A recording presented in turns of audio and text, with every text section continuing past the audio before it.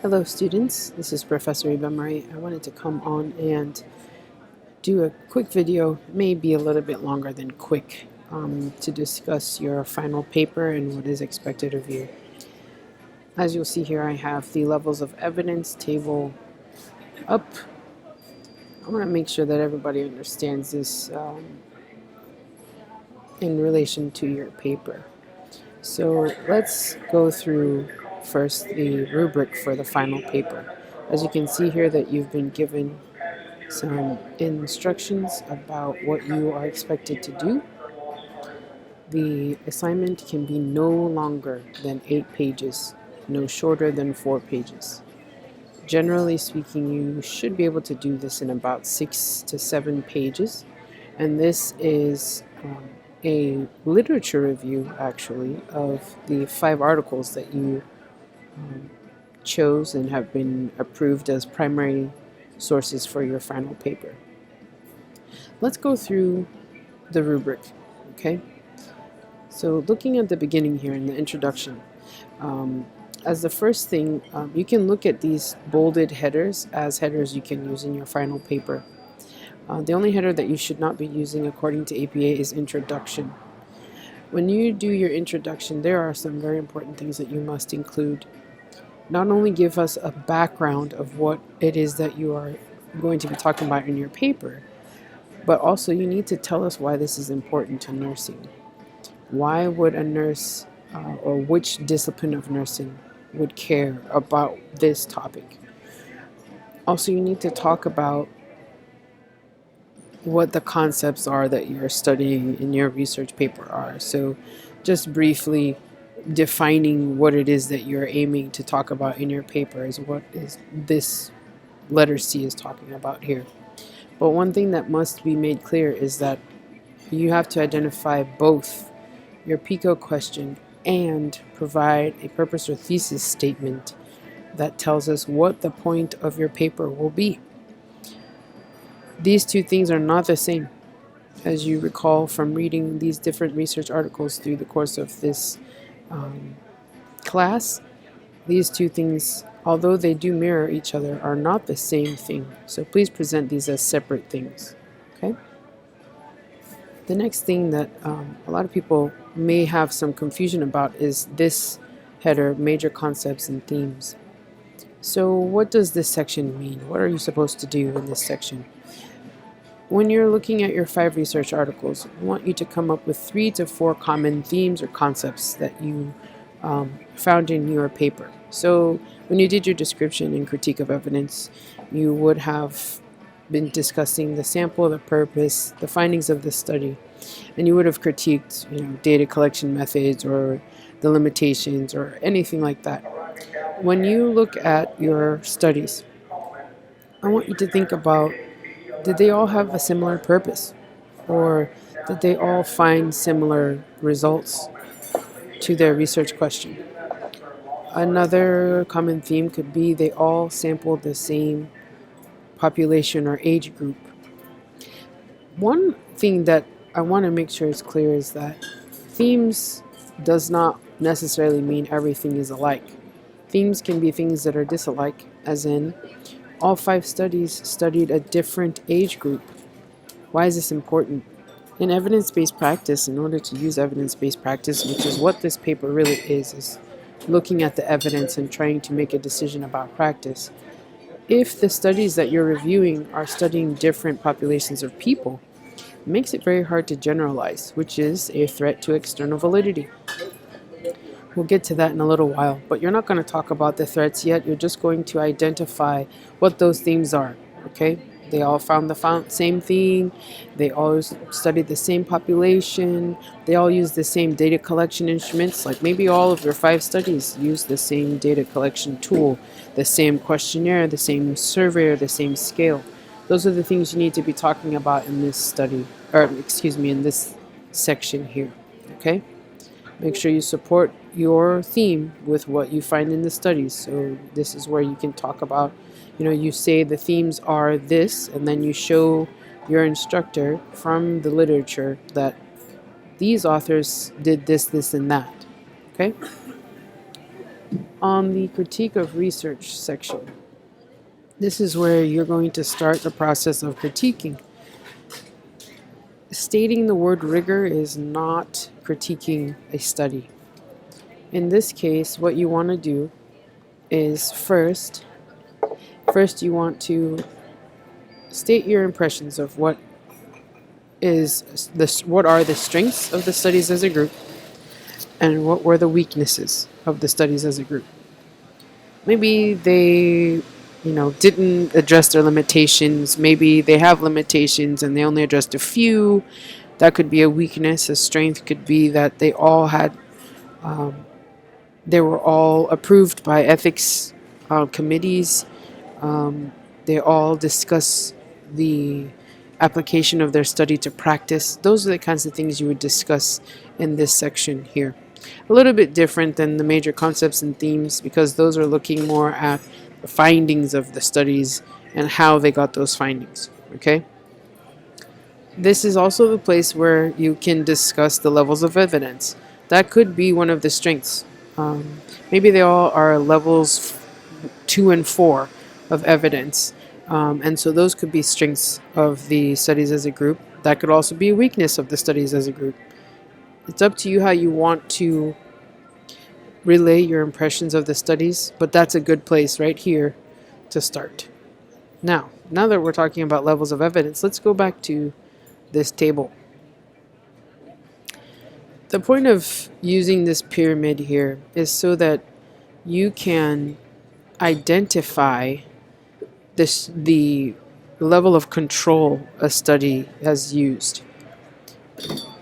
Because you guys are using primary sources, the only levels of evidence that you should be addressing are level 2, level 4, and level 6.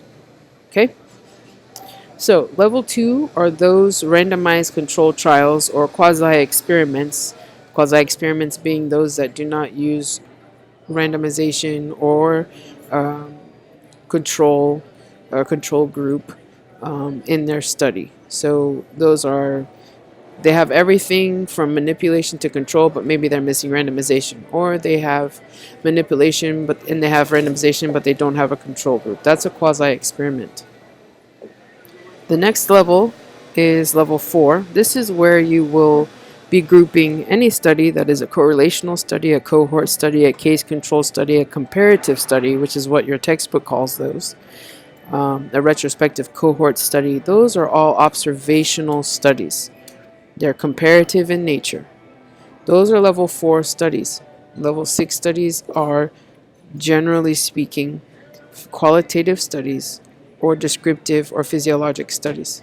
A descriptive study should be considered any study that is just giving epidemiologic data.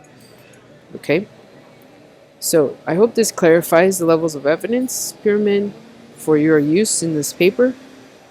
Please understand that level 2 does not mean that this is the best type of study. There are some studies that are not possible to do at level 2 because that would be unethical. Think about pregnant women, babies, vulnerable groups. There are some studies that cannot be done at this level. Some of the best evidence that we will ever get about certain topics will come from level 4. That is because these are done over a long period of time and allow for real life to happen.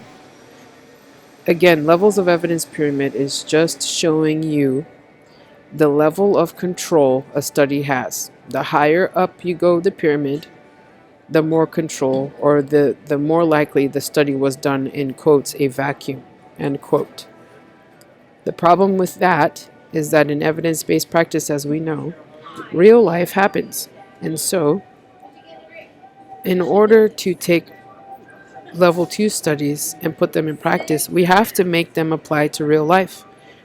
And sometimes that means removing the controls that were placed in these studies, which is why level 4 tends to be the type of study that we like to use in evidence-based practice, okay? Because those studies have a good amount of control. However, real life happens because these studies are done over a long period of time. Things change, participants age, events happen, in the public that can affect the way a patient responds to an intervention, that kind of thing. So let me go back to the rubric. In this section, you are to pick 2 of the 4 things listed here to critique. When we say critique, using the word rigor is not enough. Take, for instance, you're talking about sample size. Sample size is important for both internal and external validity, which are components of rigor that you should be discussing in your paper. If a sample size is too small, that's a threat to internal validity. Or if a sample was chosen in a very strict manner, that's a threat to external validity. When I say strict manner, I mean the use of inclusion and exclusion criteria. I want to make sure that that's clear, because simply stating that the study is rigorous is not a critique. In addition, sometimes you will find a limitation, as in maybe the study tools were not reliable and validated. Stating simply that that is a limitation is not a full critique. What that is an observation. And to take it to the level of critique, what you have to do is assign it to a component of rigor. If a tool has been used that is not reliable or validated, that is a threat to reliability, because you cannot be sure that the data received by those data collection tools is actually the data that the researchers were looking for. When a data collection tool is validated and made reliable, what that means is that data collection tool has been shown to measure exactly what the researchers that created the tool wanted it to measure. And when that's the case, you can be more at ease or less concerned that your data will not be reliable. So that's just an example of how to make your statements more applicable to what this rubric is saying. Think of it as a nursing diagnosis. Let's take one, for instance, impaired skin integrity, right? Impaired skin integrity, that's great as a nursing diagnosis. However, when you make a nursing diagnosis, you have to tell your fellow nurse how you knew that was a nursing diagnosis you needed to apply. So that's why we have a nursing diagnosis related to malnutrition or poor nutrition as evidenced by skin breakdown, right? The same thing is true for doing a critique. This study has a limitation related to a small sample size. Related to external validity as evidenced by a small sample size. Okay? I hope that helps you to understand what it is that we're looking for in terms of discussing the rigor of a study. The last component for your paper is the support for innovation and concept of interest. This is where you get to flex your new knowledge, okay? One thing that must be said is every single one of your papers are going to have an implication for future research. We know that because that's the only way to grow the science of nursing. This is where we want you to talk about how the findings of your study apply to practice, because they do. There is something that you can take away from what you have learned and apply to practice. It may not be something really exciting or brand new. However, we want you to talk about practice. The implication, it says, what is the implication for nursing practice right now? I want you to be thinking about that and writing about that in this section. There will always be implications for future research, so it's fine to write that. However, do not forget that the question asked you what is the implication for nursing practice right now. If you need assistance thinking about this, please reach out to your instructors and we can be helpful to you in that area.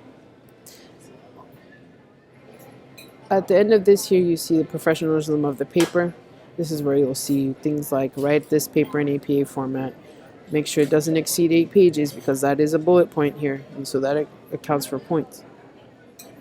If you have any questions, please feel free to reach out to your course faculty and will be glad to assist you. I hope this video helps you to understand what is expected of you in this final paper. Thank you for your time, and we'll see you later.